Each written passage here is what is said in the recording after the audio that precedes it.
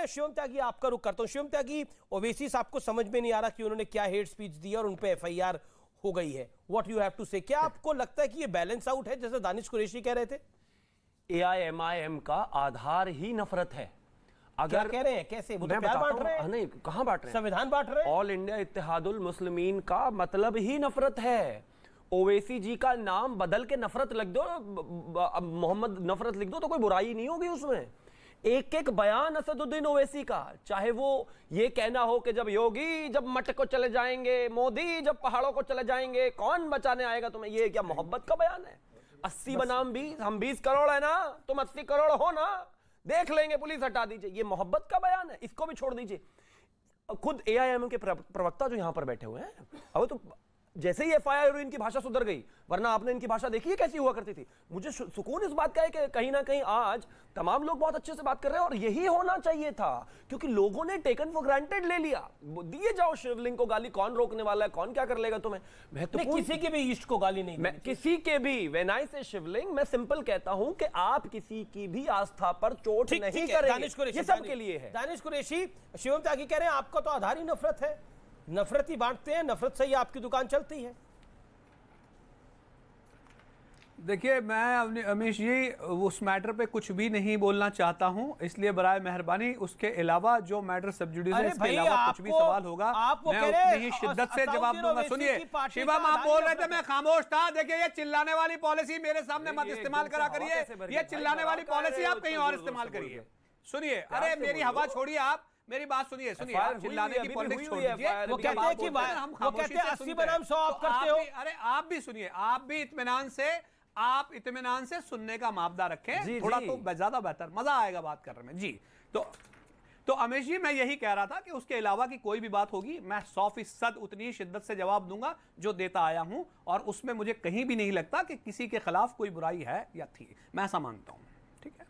दानिश कुरैशी, वो कहते हैं आप 80 बनाम 100 की बात करते हैं, आप कहते हैं कि पुलिस हटा ली जाए, वो कहते हैं वो क्या नफरती बयान नहीं थे? आप योगी जी का स्टेटमेंट सुनिए, ये स्टेटमेंट सबसे पहले किसने दिया था आप जाके देखिए तो अमीश जी, ये किसने दिया था? एक प्रदेश के मुख्यमंत्री तत्कालीन उस वक्त के काम चलाऊ, जब चुनाव में थे, जब काम चलाऊ मुख्यमंत्री, तो ये स्टेटमेंट 80 बनाम 20 फुल मेजॉरिटी के मुख्यमंत्री हैं उस टाइम, इलेक्शन कमीशन। अरे सुनिए, अभी की बात नहीं कर रहा, चुनाव के दौरान वजह से होंगे इनके हिसाब से। इस देश में है एक दो काम चलाऊ मुख्यमंत्री जो मुश्किल से बने हुए हैं, लेकिन योगी तो फुल मेजॉरिटी थे भाई।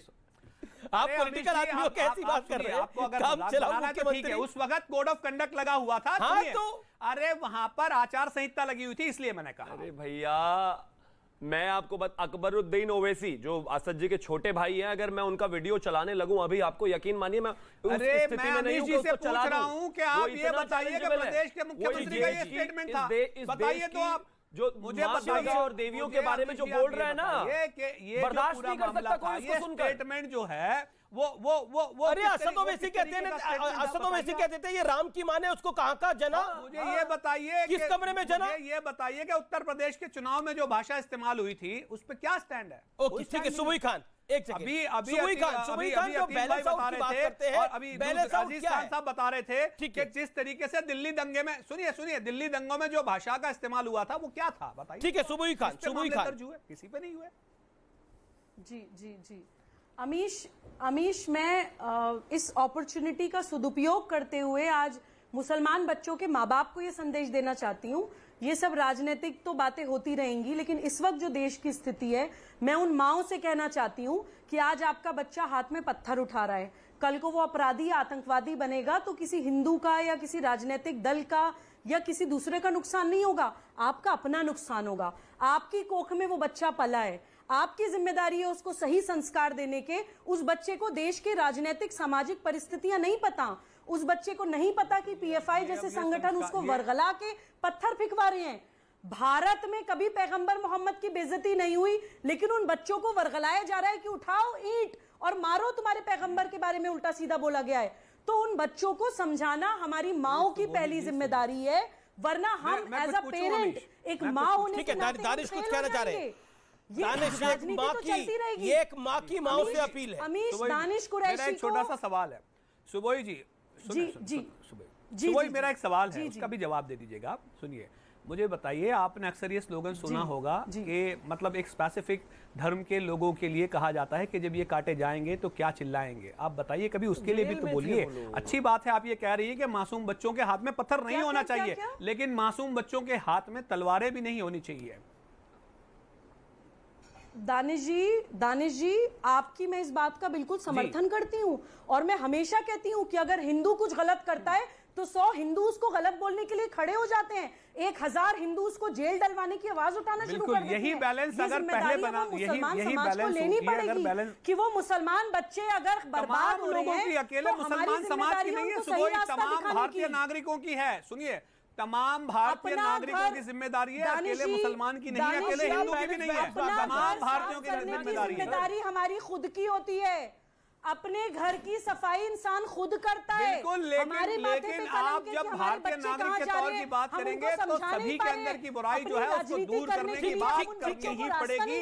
आप अगर बायस करने की बात करेंगी तो फिर दिक्कत आके खड़ी होगी। मैं वही कह रहा हूं, आप देखिए कि इतने दिन हो जाने के बावजूद भी आज तक, अब नुपुर शर्मा पे दिल्ली में एफआईआर हुई है, जबकि ऑलरेडी एक एफआईआर, 2 एफआईआर बॉम्बे में तो हो चुकी हैं। अब ये बताइए, ये क्या, ये आपको नहीं लगता कि ये इतनी देर लगने की क्या जरूरत बनी थी? मुझे ये कोई समझाएगा ये कि इतने दिनों के बाद दिल्ली पुलिस ने किया? अच्छा किया, कोई बुरा नहीं है उसमें, बुराई नहीं है, लेकिन क्यों इतने दिन लग गए?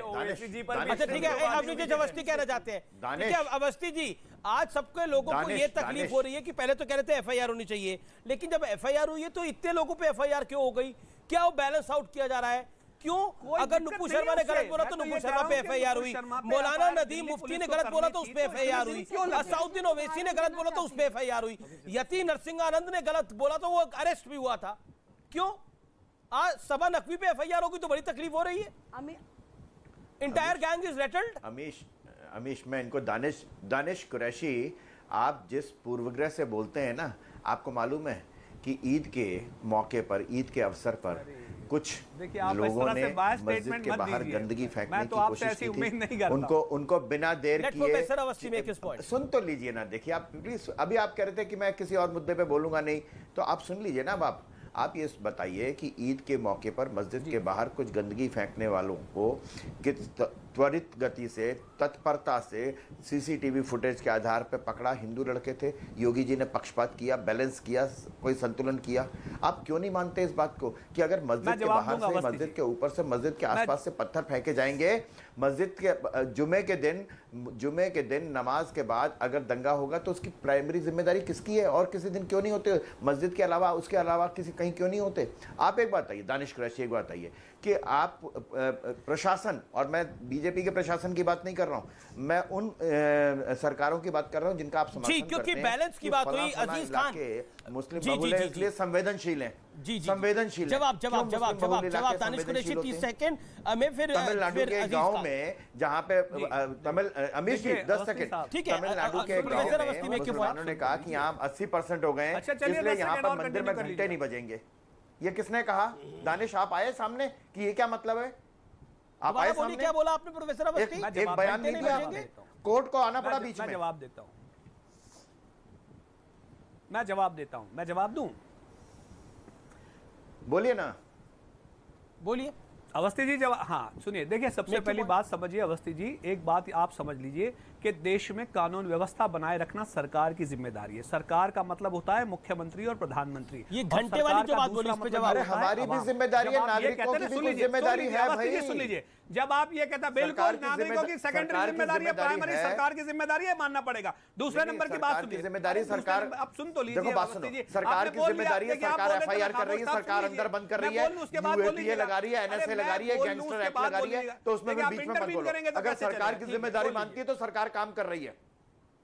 नहीं, बात सुनिए, सरकार की जिम्मेदारी मैं मानता हूं, हमारी भी जिम्मेदारी है, लेकिन अगर आप मानते हैं सिर्फ सरकार की जिम्मेदारी, तो सरकार एनएसए लगा रही है, सरकार सीसीटीवी फुटेज के आधार पर पकड़ रही है, सरकार जो कुछ कर रही है शांति बहाल करने के लिए, उसको मान लो चुपचाप। फिर उसमें फिर एक बात बताइए, ये सरकार जवाब दो। Amish 30 second, Amish 30 second, sir 30 second, सुनिए अवस्थी जी, मैं आपको बताऊं, अगर सरकार की जिम्मेदारी है, दूसरी तरफ से हजारों लोग पत्थर लेके आते हैं, सरकार की जिम्मेदारी है, उसको एडवाइजरी जारी ना होती, जो लोग पत्थर मुहैया कराते हैं उनकी कोई जिम्मेदारी नहीं है, जो नेता कवर फायर देते हैं उनकी कोई जिम्मेदारी नहीं है। एडवाइजरी जारी हुई, अगर सरकार समय पर रिएक्ट करती तो ये परिस्थिति ना बनती। सरकार समय पर रिएक्ट करती। प्रॉब्लम क्या है, हम जब डोमेस्टिक बात करते हैं, सुनिए अवस्थी जी, हम जब डोमेस्टिक बात करते हैं ना, तब आप बायस हो जाते हैं। आपको समय क्यों गलत लग रहा है? खड़ा हो गया कि हमारे उपराष्ट्रपति मौजूद हैं और समय क्यों गलत लग रहा है आपको?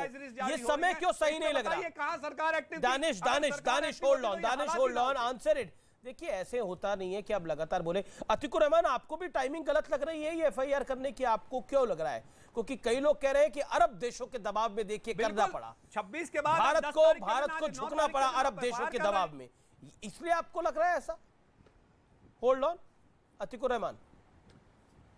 अमीश जी, थोड़ा सा पहले अगर ये मामले हो जाते एफआईआर वगैरह के, या सरकारें कुछ एक्शन ले ली थी तो हो सकता था इससे बचा जा सकता है, लेकिन मैं इस पॉलिटिक्स में नहीं पढ़ना चाहता हूं। ये टिट फॉर टैट चलता रहेगा।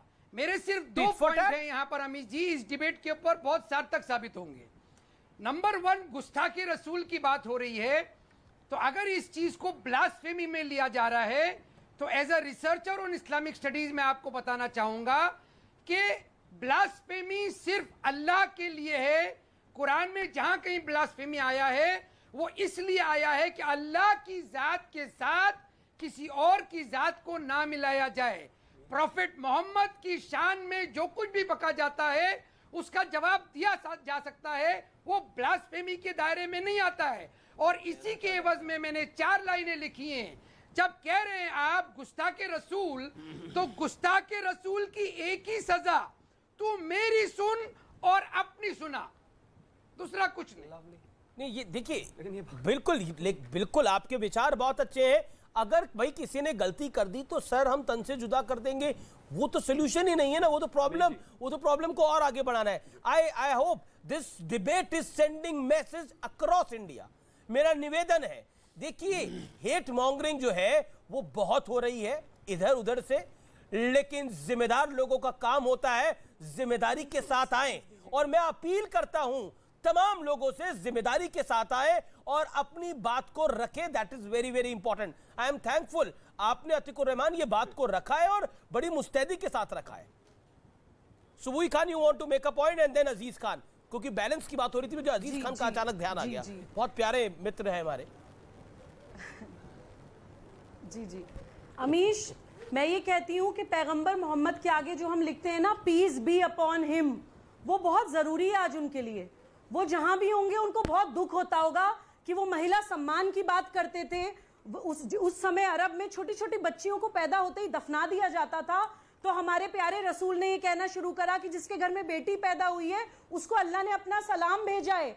वो फेमिनिस्ट थे, अपने घर के काम खुद करते थे, खाना खुद बनाते थे, रोटी खुद बनाते थे। और आज उन रसूल के रास्ते पे चलने वाली उम्मत महिलाओं को हलाला के नाम पे ट्रेड कर रहे हैं। 12-12 साल की बच्चियों के साथ जो है निकाह कर रहे हैं, शरिया के नाम पर पॉक्सो एक्ट का वायलेशन कर रहे हैं, मिस्यार मैरिज के नाम पर कॉन्ट्रैक्ट निकाह कर रहे हैं 1-1 महीने के लिए महिलाओं के साथ, कहीं तलाक बिद्दत करके छोड़ देते हैं। क्या कर रहे हैं हम रसूल के साथ? रसूल के नाम पे जैश ए मोहम्मद चला रहे हैं, आतंकवादी संगठन। वो है गुस्ताखे रसूल, फर्जी हदीस जिसमें रसूल के बारे में उल्टी सीधी बातें लिखी हैं, वो है गुस्ताखे रसूल। Okay, Subui you made your point, Subui you made your point, Subui you made your point, Subui you made your point, Subui you made your point, Subui you made your point. मेरा निवेदन है भाषा की मर्यादा को रखते हुए अपनी बात को तथ्यों के साथ रखें और टॉपिक से इर्द ना बोलें, ये मेरा निवेदन है। बार बार मैं निवेदन करता हूं हर अपने अजीज